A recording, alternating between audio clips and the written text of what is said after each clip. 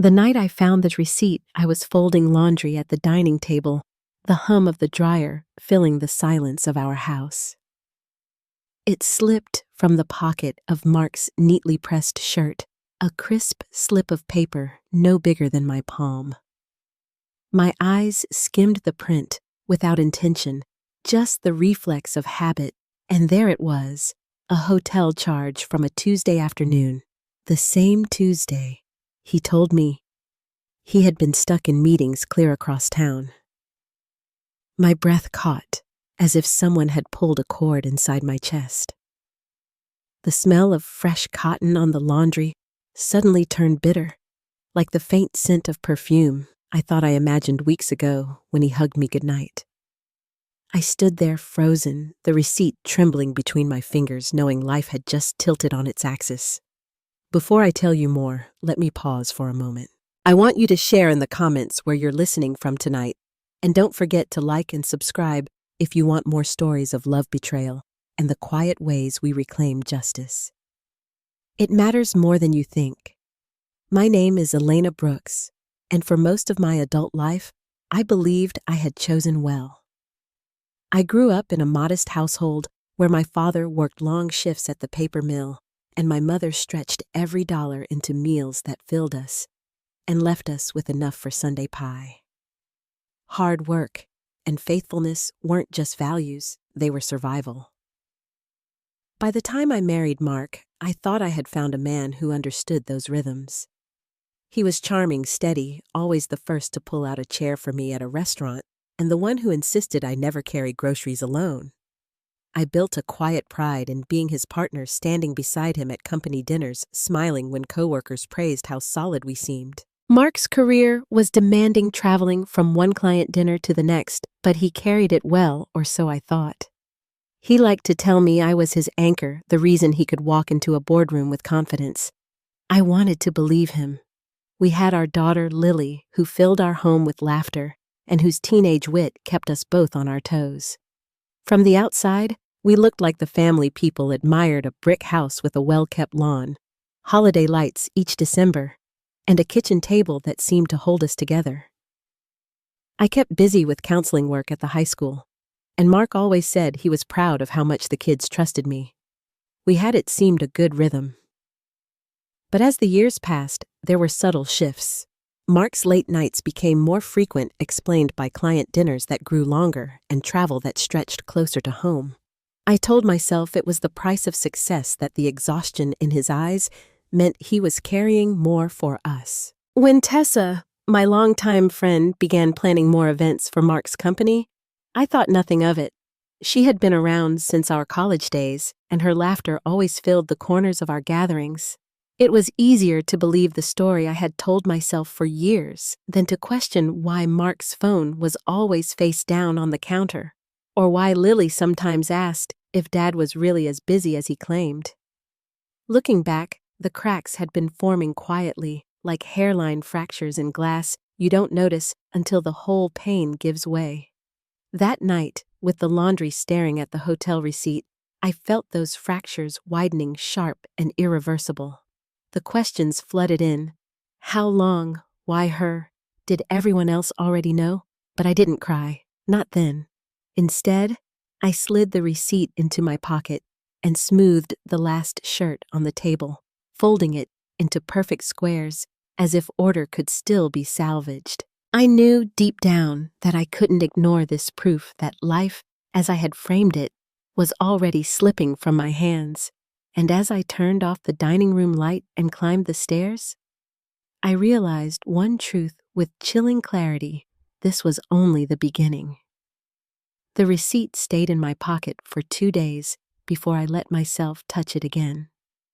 I told myself it was just a misunderstanding, that there could be an innocent explanation, but the thought didn't settle.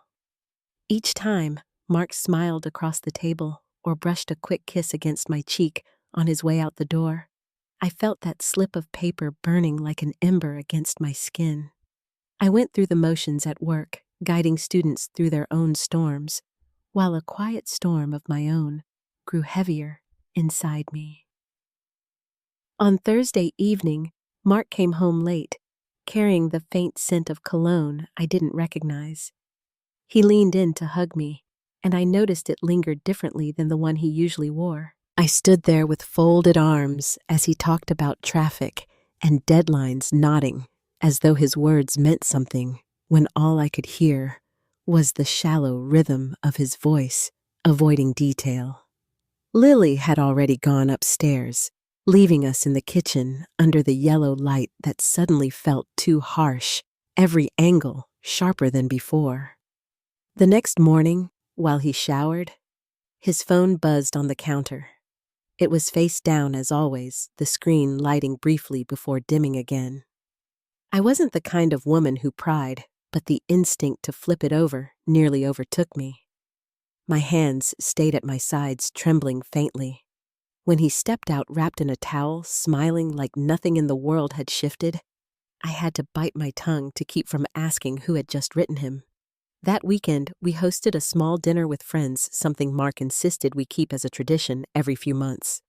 Tessa arrived first, her arms full of wine and dessert. She kissed my cheek warmly, but her eyes darted past me toward Mark as he set the table.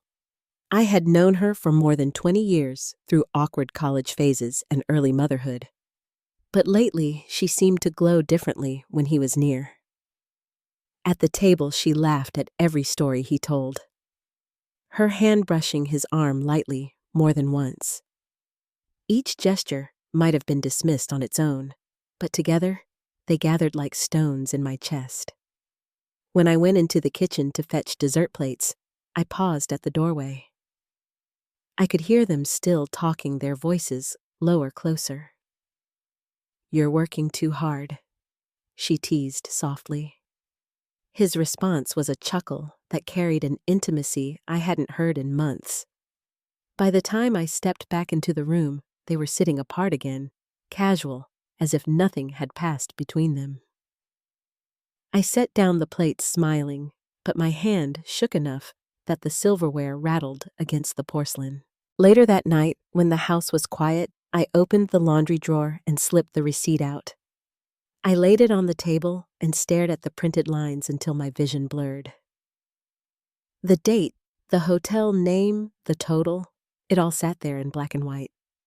I thought of how I had trusted his words about endless meetings, how many nights I had eaten dinner alone while he was stuck at work. My throat tightened, but the tears wouldn't come. Instead, a hollow calm took root, the same kind of stillness I had felt before delivering difficult news to a parent at school. On Sunday morning, Lily asked if we could go shopping for her prom dress. I agreed quickly, grateful for the distraction. We wandered through racks of shimmering fabric and lace, her chatter about colors and styles filling the space. For a few hours, I almost forgot the heaviness pressing against me. Watching her twirl in front of the mirror, radiant, in a pale blue gown, I thought of all the times I had promised her stability, a home built on trust. My heart ached at the thought of what she might sense if she looked too closely. That evening, while Lily worked on homework, Mark sat across from me in the living room, flipping through channels as though the week had been ordinary. He asked if I was tired, if something was on my mind, his tone light and unbothered.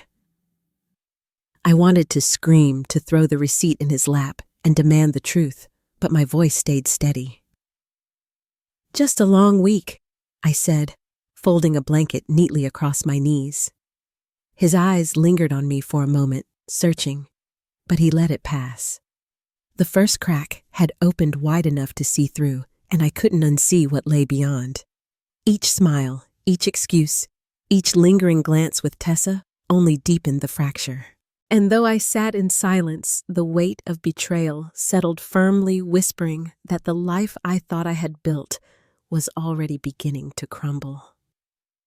As I turned off the lamp that night, leaving the room in shadow, I understood that pretending would not hold much longer. The questions I had tried to bury were clawing their way to the surface, demanding answers. And whether I wanted them or not, those answers were coming. Nights grew heavier after that dinner. though Mark never seemed to notice. He carried on with his meetings, his late arrivals, and his vague explanations while I folded myself into silence.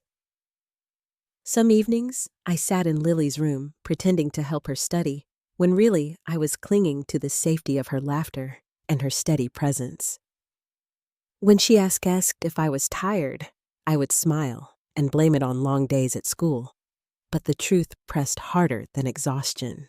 I tried to believe that I could endure it quietly, that the unease might settle if I ignored it long enough. Yet the smallest things began to gnaw at me.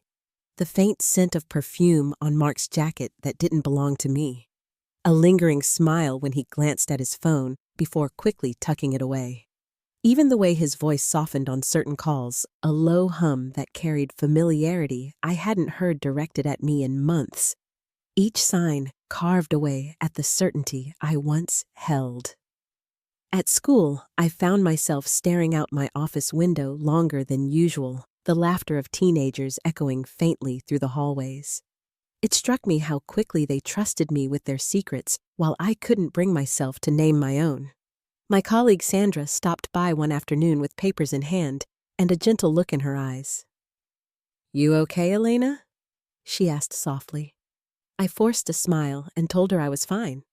Though my hands trembled around the pen I held, the silence at home became its own language. Mark would sit across from me at the table, fork tapping lightly against his plate, asking about my day in a way that felt practiced. I answered briefly, watching the shadows move across his face, wondering who he truly spoke to when I wasn't there. The man I had once leaned on now felt like a stranger sharing my roof, and that realization ached more than anger ever could. One evening, I found myself sitting alone in the kitchen long after Lily had gone to bed. The receipt lay hidden in the drawer beside me, its presence undeniable, yet I couldn't bring myself to confront him. Instead, I traced the rim of my coffee mug slowly, the silence of the house broken only by the ticking of the clock. My chest felt tight, not from rage, but from the quiet grief of watching something slip away without a fight. When Mark finally walked in, loosening his tie and offering a tired smile, I studied him carefully. He kissed the top of my head, casual, unthinking, as though nothing between us had shifted. I wanted to stop him, to hold up the truth in front of his face, but my voice failed me. I simply nodded and let him move past me, the words caught in my throat. My tears came later, silently pressed into the pillow, while the sound of his even breathing filled the room beside me. The following days blurred together. I moved through my routines with mechanical precision, each step carefully measured. In the mirror, I saw shadows under my eyes, the kind that no amount of makeup could disguise. Lily noticed once, asking if I was sick, and I hugged her tightly, telling her it was nothing. But I could see the worry in her gaze, a reflection of what I was too afraid to say aloud. Every small discovery deepened the hollow ache, an unexplained charge on the credit card, a half-truth about a dinner that didn't line up with his calendar, a phone call cut short when I entered the room. None of it was loud, none of it dramatic, but together it built a wall I couldn't climb over. I was mourning quietly in pieces, and he didn't even see it. It was during one of those nights, staring at the ceiling in the dark, that I realized my silence was not protecting me at all. It was protecting him. The weight of what I carried pressed down harder with every passing day until even breathing felt like a conscious effort. And though I had not yet spoken the truth, I knew it was only a matter of time before it demanded to be heard.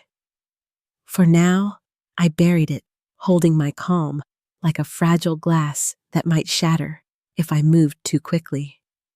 But the cracks were widening, and I could already hear the faint sound of breaking.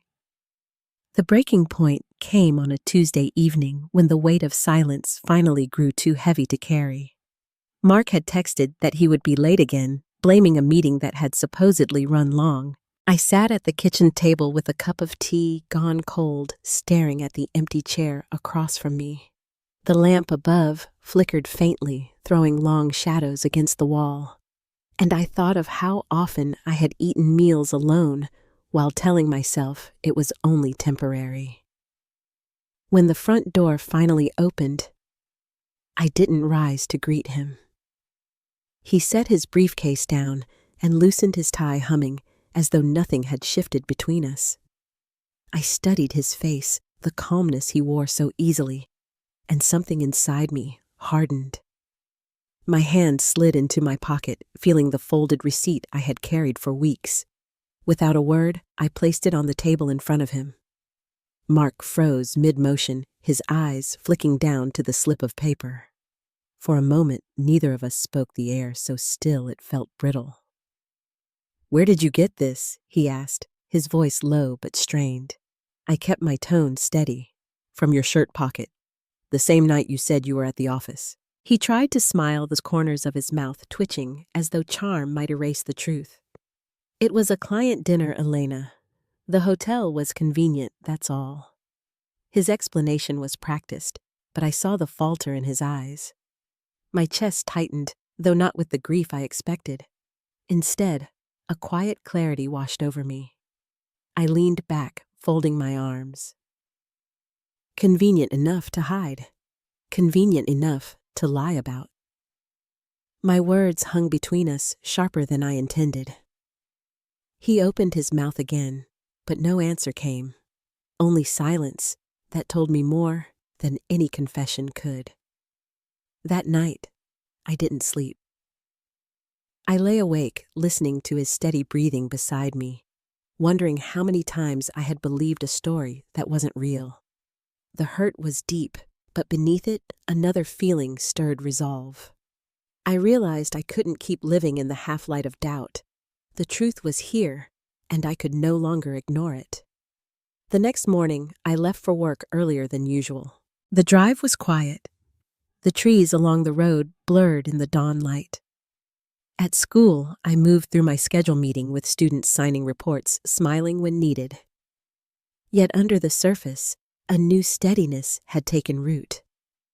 Every word he had spoken the night before replayed in my mind, each one building a case I could no longer dismiss. That afternoon, I stopped by Walter's house on my way home. He was sitting on the porch with a glass of iced tea, the sun catching the silver in his hair. He looked up when he saw me, his eyes narrowing with concern.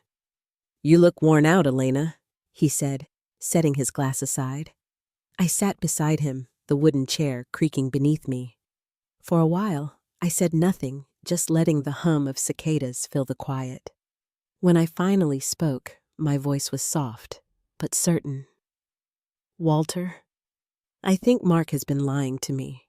More than once." His hand tightened around the armrest, though his expression stayed calm. "I was afraid of that," he murmured. His words caught me off guard, but I didn't press him then. Instead, I told him about the receipt, about the late nights, about the shift I had felt for months. He listened without interruption, only nodding slowly, as if piecing together a puzzle he already knew too well. Before I left, Walter placed a steady hand on mine. "Don't let him turn this into your fault," he said firmly. His voice carried the weight of someone who had seen too much. As I drove home, his words echoed inside me, steadying me more than I expected. That evening, Mark tried to act as though nothing had happened. He set the table, asked Lily about her day, even complimented the pasta I had cooked. I played along for her sake, though my heart was elsewhere.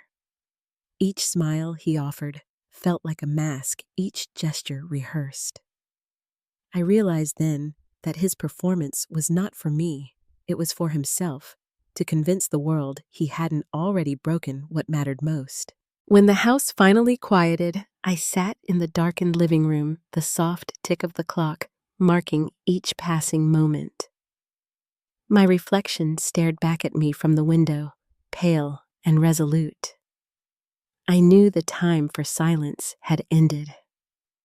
I couldn't go back to the comfort of believing half-truths, not when the full truth was standing so plainly before me.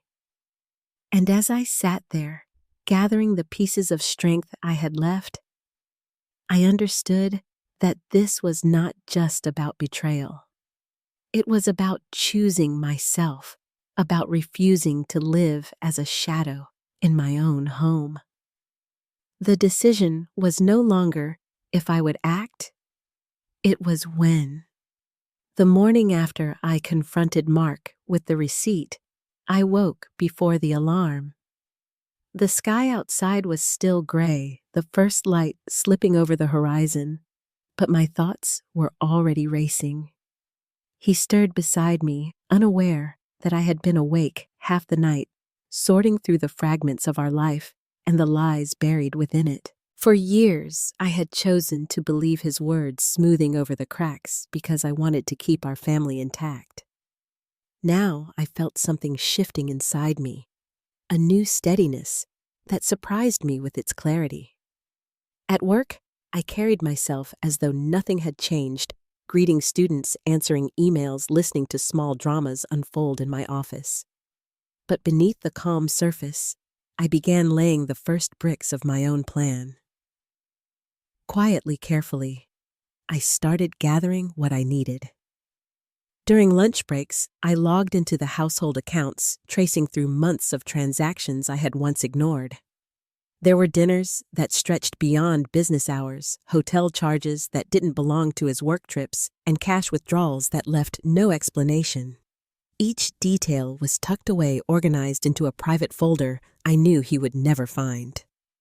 That evening, while Mark was distracted with his phone, I walked to the study and opened the bottom drawer of the desk. Years earlier, we had filed away copies of Lisa's insurance papers and our joint tax returns. I sifted through them methodically, separating what mattered from what could be used against me later. It was tedious work, but each page placed in my bag felt like a quiet act of defiance. By the time I closed the drawer, my resolve had solidified. I would no longer be the woman waiting for his lies to reveal themselves. Over the next week, I kept my movements steady and deliberate. I scheduled a coffee with a trusted colleague, someone who had seen me through difficult years before. Sandra listened as I spoke in careful phrases, never naming Tessa directly, but hinting at the betrayal I could no longer ignore. She nodded slowly, her hand covering mine, and promised discretion. That small act of being heard gave me strength, reminding me that isolation was exactly what Mark depended on to keep control. At home, I continued to play the part of the patient wife, but behind the calm smiles, I was no longer blind. I noticed the way his eyes lit up when a message buzzed after dinner, how quickly he excused himself to the other room. I didn't follow, didn't ask questions. Instead, I let him believe I was too tired to notice while I quietly kept track of each inconsistency. One evening, after Lily had gone upstairs to study, I told Mark I needed to review the family budget with him. He brushed me off at first, muttering about a late call with a client. I pressed gently, sliding the printouts across the table, watching the flicker of discomfort cross his face. "You've been spending more than usual," I said evenly. "I think we need to get ahead of this before it becomes a problem." His jaw tightened, but he forced a smile. "You worry too much, Elena. Everything's fine." I let him believe I was convinced, folding the papers neatly and tucking them away. But inside, I knew better. His denial confirmed what the numbers already told me. That night, after he fell asleep, I sat at my desk in the glow of a small lamp and wrote everything down: dates, places, amounts. My hand was steady, my thoughts sharper than they had been in months. Each line, inked onto the page, was a step toward reclaiming control. The hardest part was keeping my composure with Lily. She had begun to notice more, asking why her father seemed distracted, why I looked tired all the time. I told her I was fine, that sometimes marriage had its seasons of difficulty. She accepted my words for now, but I could see the questions forming in her eyes. Protecting her from the truth was a balance I struggled with, but I knew she needed me steady more than she needed me raw. One Saturday afternoon, Mark announced he would be attending a work retreat the following weekend. His explanation was casual, delivered while pouring himself coffee as though it was routine. I nodded, hiding the flicker of anger that threatened to surface. After he left the room, I noted the date and time, knowing I would find a way to confirm where he really planned to be. My days of blind trust were over. That night, I sat on the porch with Walter, listening to the low hum of crickets in the yard. He didn't press me for details, but he seemed to understand without words. "You're stronger than you think," he said quietly, his gaze fixed on the fading light. I took a long breath, letting the weight of his support steady me. For the first time, I believed him. By the time Mark returned from his so-called retreat, my resolve had taken root. I no longer doubted the truth, no longer second-guessed the signs I had tried to ignore. The foundation of my life might have cracked, but I was no longer powerless in the rubble. And as I closed the door behind him that night, his smile as rehearsed as ever, I knew the time for silence was nearly over. The steps I had taken were small, careful, and deliberate, but they marked the beginning of something larger. I was no longer simply enduring. I was preparing. And soon, the quiet gathering of strength would no longer be hidden. The day of the gala arrived, and with it a quiet storm inside me. Mark had spoken of it for weeks, rehearsing his speech at the mirror, adjusting his tie as though the entire evening depended on his performance. To everyone else, it was a celebration of his promotion, a recognition of his years of effort. To me, it had become something else entirely, the stage where his mask would finally crack. I dressed with deliberate care, choosing a dark navy gown I had worn only once before. As I fastened the clasp of my necklace, I studied myself in the mirror. My face looked calm, though my pulse was steady in a way that surprised me. When Lily peeked in, she smiled faintly. "You look beautiful, Mom," she whispered. I kissed her forehead, grateful for her quiet support. The ballroom shimmered with light as we arrived, chandeliers scattering reflections across polished floors. Waiters carried trays of champagne, and clusters of guests murmured in low conversation. I stayed near Mark's side, at first watching as he shook hands, laughing louder than usual, each gesture rehearsed for the crowd. Tessa entered not long after, her dress bright and striking, drawing attention the moment she stepped inside. She made her way toward us, her smile fixed, and for a brief second her eyes flicked toward Mark, with something too familiar to ignore. When the speeches began, I took a seat near the front, my hands folded neatly in my lap. Mark walked to the podium with practiced confidence, thanking colleagues, praising his team, offering a well-worn charm that drew polite laughter. But halfway through, Tessa raised her glass from the corner of the room, her voice cutting through the crowd. To Mark she declared for all the long nights, all the dedication, and for never failing to give more than anyone asked. The words were laced with meaning, her gaze steady on him, and the room stirred with murmurs. I felt the weight of eyes shifting toward me, some subtle, some not. My fingers tightened around the stem of my glass, but my face remained composed. When Mark hesitated, his practiced flow breaking for the briefest moment, I knew the time had come. I rose quietly, lifting my glass, my voice calm and measured. "And to truth," I said, "because eventually it always finds its way to the surface." The room fell into silence, the air brittle, every gaze now fixed on us. Mark's expression faltered, his smile thinning as though he were searching for the right words. I met his eyes steadily, holding his gaze without wavering. I didn't need to explain, didn't need to shout. The seed was planted, the silence heavy with unspoken truths that everyone could feel. My heart didn't race. It slowed, as if my body already knew the power had shifted. The rest of the evening passed in a blur of stiff conversation and sidelong glances. Mark tried to recover, clapping colleagues on the back, forcing laughter. but the easy confidence he wore so well had slipped. I moved through the room with quiet grace, speaking when spoken to, never revealing more than necessary. Tessa avoided me after that, her earlier boldness gone. Her smile forced as she lingered near the back of the room. On the ride home, Mark gripped the steering wheel tightly, his knuckles pale against the leather. He didn't speak, and neither did I. The city lights flashed across the windshield, illuminating his strained jaw, the silence louder than any argument. When we pulled into the driveway, he finally muttered, "You embarrassed me tonight." I turned toward him, my voice calm even. "No, Mark. You embarrassed yourself." Inside, I slipped off my shoes and placed them neatly by the door. My movements were steady, deliberate, as though each gesture confirmed what I already knew. I was no longer afraid of his anger or his lies. Upstairs, I heard Lily moving quietly in her room, and I thought of the strength I needed to show her the example I wanted her to carry into her own life. That night, I lay in bed with my eyes open, listening to the sound of Mark shifting restlessly beside me.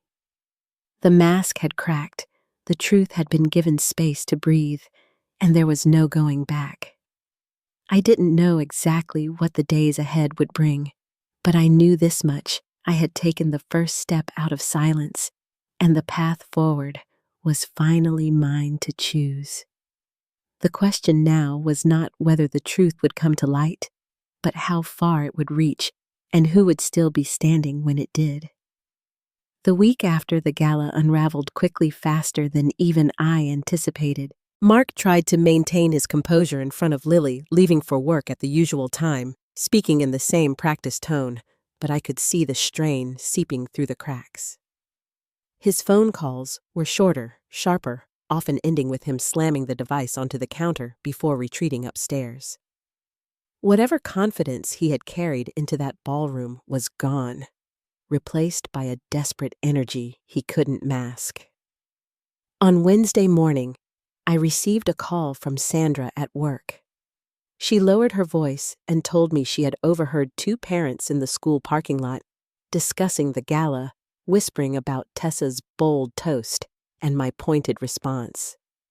It seemed word had traveled quickly, faster than Mark could control.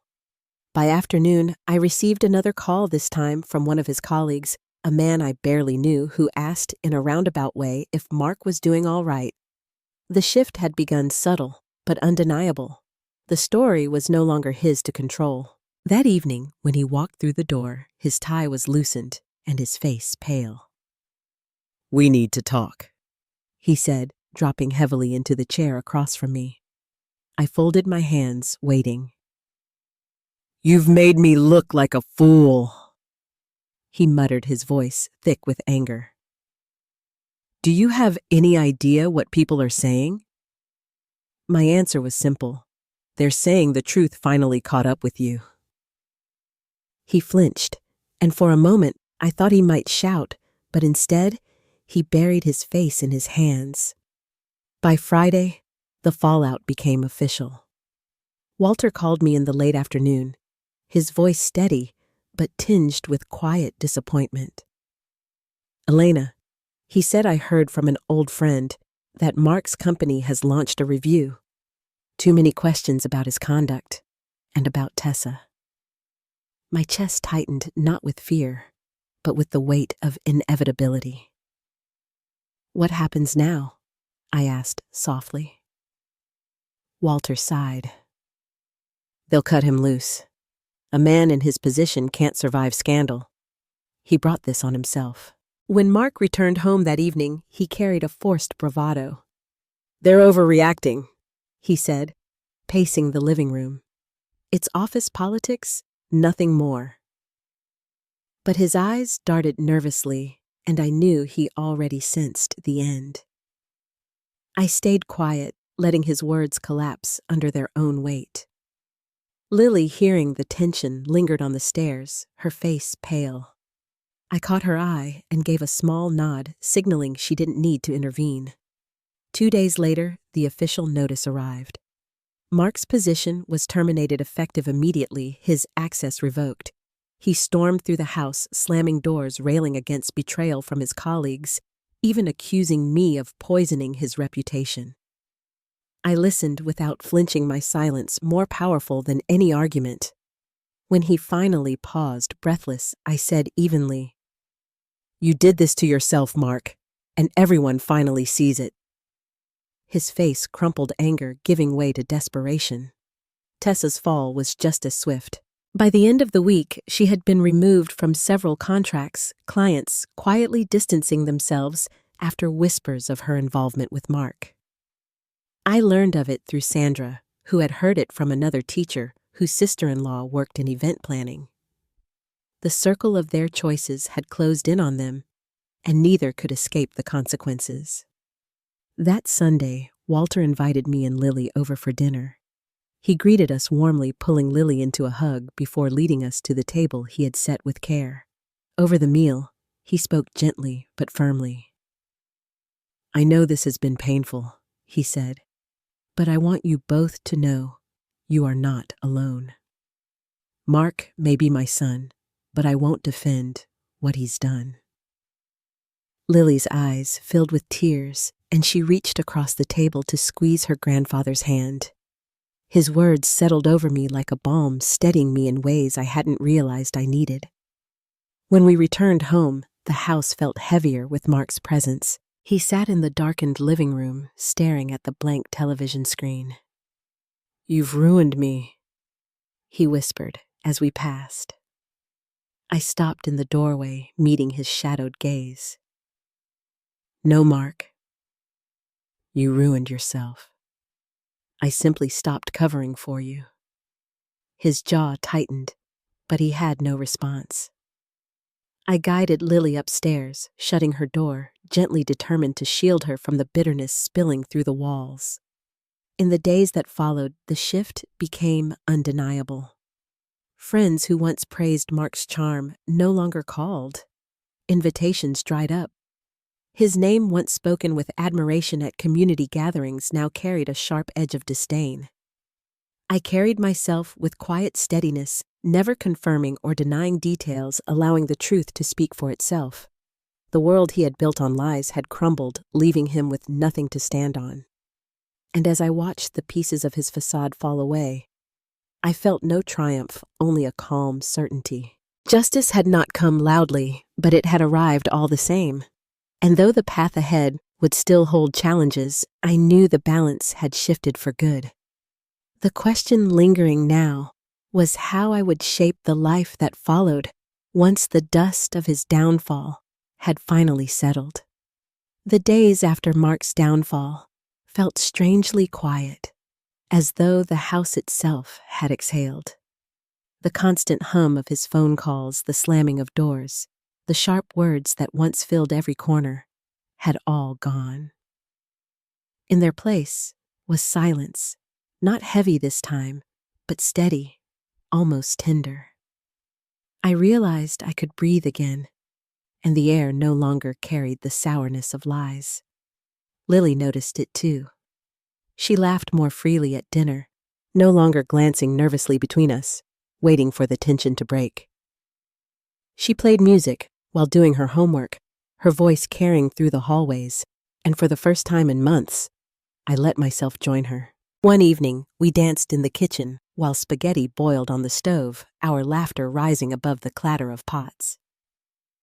It was ordinary, but in that ordinariness, I found something sacred.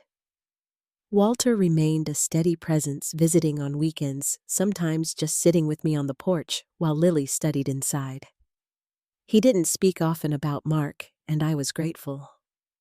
Instead, he reminded me with small gestures, a hand resting briefly over mine, a word of encouragement that family could still mean safety. I understood then that loyalty wasn't blind defense of wrong, but standing beside the ones who chose truth. As for Mark, he moved into a small apartment across town. His calls grew less frequent, his words shifting from anger to something closer to defeat. I didn't answer most of them. I had nothing left to say.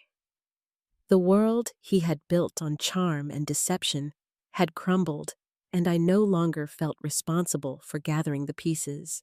Justice had already been delivered, not by my hand alone, but by the weight of his own choices finally being seen.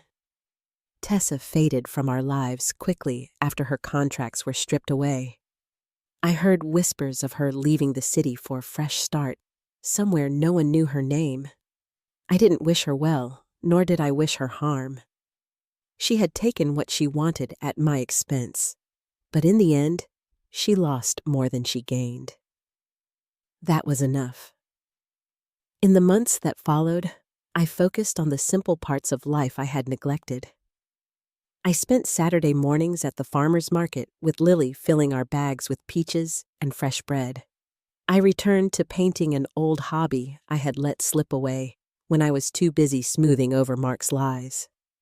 Each brushstroke felt like reclaiming a part of myself that had been buried under years of compromise.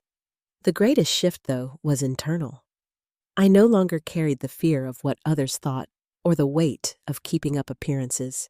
I had stood in a crowded ballroom and spoken the truth without raising my voice. And I had watched the consequences unfold. That night taught me something I will never forget. You don't always need to shout to be heard. Sometimes dignity held steady speaks louder than anger ever could. Life has not been perfect since then, but it has been mine, honest, steady, and free of pretense. I watch Lily growing into a young woman, and I pray she carries this lesson with her. Love should never ask you to shrink or to silence your own worth. Real partnership stands on respect, not secrecy. Looking back, I don't regret the years I gave. They shaped me, they shaped her, and they led me here to a life where I know my strength is not dependent on anyone else's choices. Justice came in its own time, not with noise, but with clarity. And dignity once reclaimed cannot be taken again. Before we close, I'd love to know, has there been a moment in your own life when quiet strength spoke louder than anger? Share your thoughts in the comments, and thank you for keeping me company through this story.